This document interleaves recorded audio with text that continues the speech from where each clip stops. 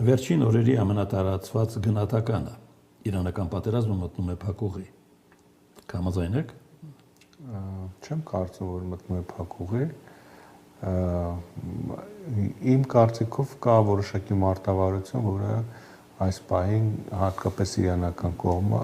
իսրայելական կողմը իրականացնում է, իրանական կողմը լի պատասխան բնականաբար իր մարտավարությունն ունի եւ կարծես գնում ենք դրան։ Օրինակ տեսեք վերջին բարձրաստիճան պաշտոնյաների սպանությունները Ալի Լարիջանի ազգանշական խորհրդի ղեկավար եւ Բասիջի ղեկավար Սոլեյմանիի սպանությունները։ Այս մարտիկ այն հիմնական դերակատարներն են, ովքեր դեռևս 2025-ի վերջին եւ հունվարի առաջին 10-օրյակին այո, տեղ ունեցած բողոքի գործողությունների ընթացքում ուրեմն ակտիվ դերակատարում ունեցել ցուցարարների ճնշման ուժային ճնշման հարցում։ Բասիջը դա այն ստորաբաժանումն է, ԵՀՊԿ-ի ենթակա հատուկ կառույց է, որը հենց նման գործառույթն է իրականացնում։ Այսինքն այս անձանց թիրախավորումը եւ շարքից դուրս հանելը հստակ ազդակ է արդեն իրանական հասարակության այն բողոքավոր հատվածների, որ արդեն դուք կարող եք անցնել ձեր գործողություններին, մենք էլ կաջակցենք դրանց ուրեմն հիմնականում օդային հարվածների միջոցով։ Բայց դա դեռ տեղի չի ունենում, ինչ։ Իմ գնահատմամբ սա իմ վերլուծությունն է։ Նպատակը մինչև Նովրուզը ուրեմն Իրանում նոր տարվա այդ ուրեմն համարժեք տոնն է եւ իհարկե այսպես իր նկարագրությունը որպես այդպեսին, հա, նոր կյանքի սկիզբ որպես այդպեսին։ Իմ գնահատմամբ այդ շրջափուլը մարտավարական սկիզբ է առնելու նոյեմբերի մարտի 21-ից հետո։ Այսինքն նայեք հիմա եւ սրանց ինչու եմ գալիս նման եզրահանգման, որովհետեւ ամեն օր Իսրայելի վարչապետը տարբեր բարձրաստիճան պաշտոնյաներ, բայց հատկապես Նեթանյահուն դիմում է Իրանի ժողովրդին, որ արդեն ժամանակին է, որպեսզի դուք դուրս գաք փողոց եւ վերցնեք իշխանությունը։ Հիմա այս սպանություններից հետո արդեն կարծում եմ, որ մարտի 21-ից սկսած արդեն ինտենսիվությունը կընկնի ռազմական գործողությունների եւ արդեն կողմերը կփորձեն չափել հասարակական ակտիվության հնարավորությունները։ Այսինքն այստեղ է որոշակի անորոշություն եւ թե Իրանի ներսում եւ թե ուրեմն Իսրայելի Միացյալ Նահանգների դեպքում սպասում են այդ ցուցանիշներին։ Այսինքն դա պատկերավոր ասած պլան B հրթիռակոծությամբ եւ ռազմական գործողություններով արագ հաղթանակ, ինչպես ասում էր Թրամփը, տեղի չի ունենում։ Այո, այսինքն պլանն այն էր, որ հոգեոր առաջնորդին եւ բարձրաստիճան պաշտոնյաներին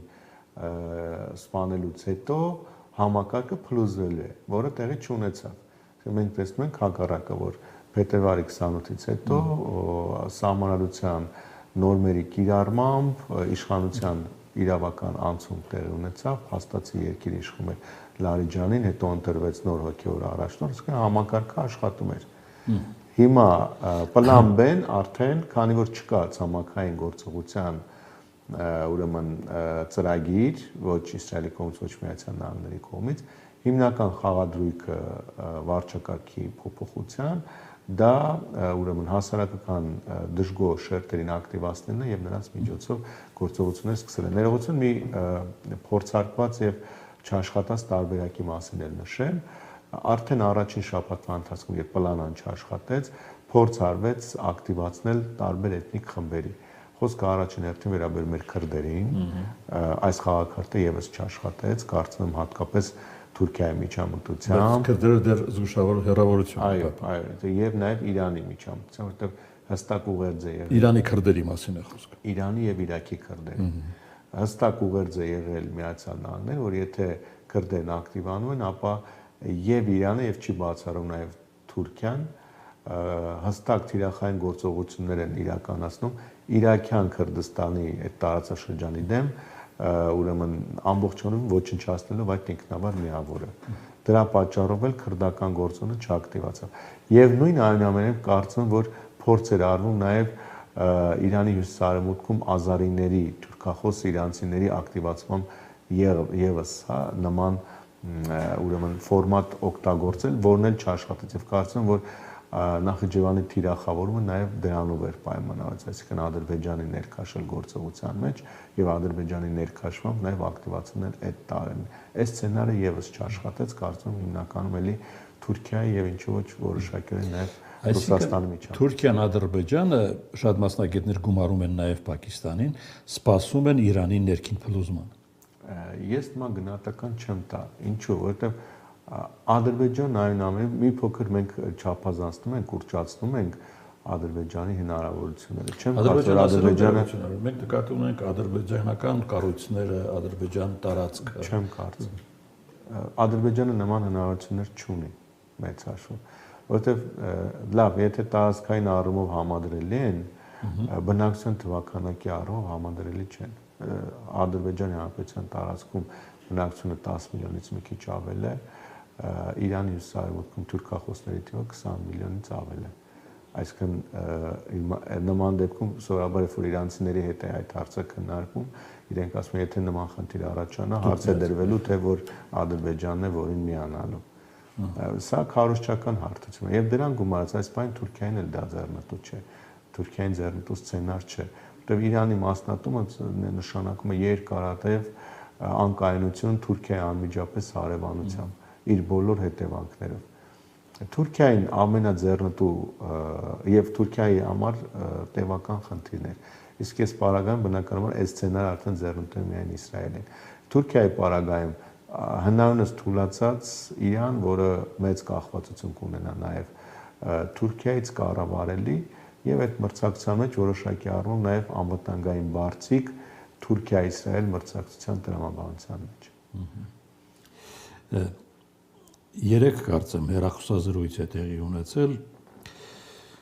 Ադրբեջանի եւ Իրանի արտգործ նախարարների միջև եւ այնտեղ մի հետաքրքիր կտոր կա, երբ Արաքչին զգուշացնում է, որ մենք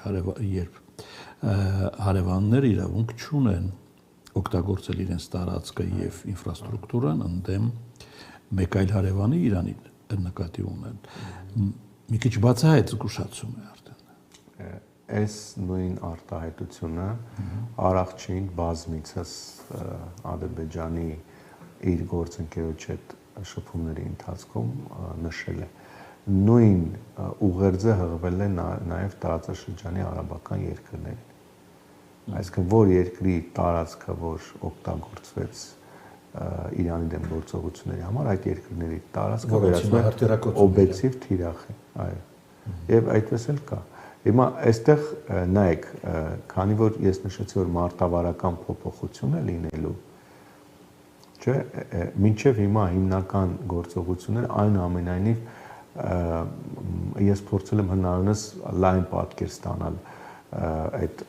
աշխարհագրական տարածքների, որոնք օգտագործվել են Իրանի դեմ թիրախավորման, այնուամենայնիվ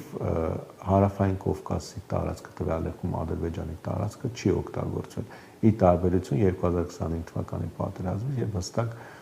եղել են ուրեմն կանխատեսում։ Հիմա եթե մարտավարությունը փոխվում է, այսինքն խաղադրույքը հիմնական կատարվում է Իրանի ներսում ապակայունացնելու վրա, այստեղ շատ կարևոր է նաև Իրանի հյուսիս-արևմտյան այդ հատվածները, որոնք սահմանակից են ուրեմն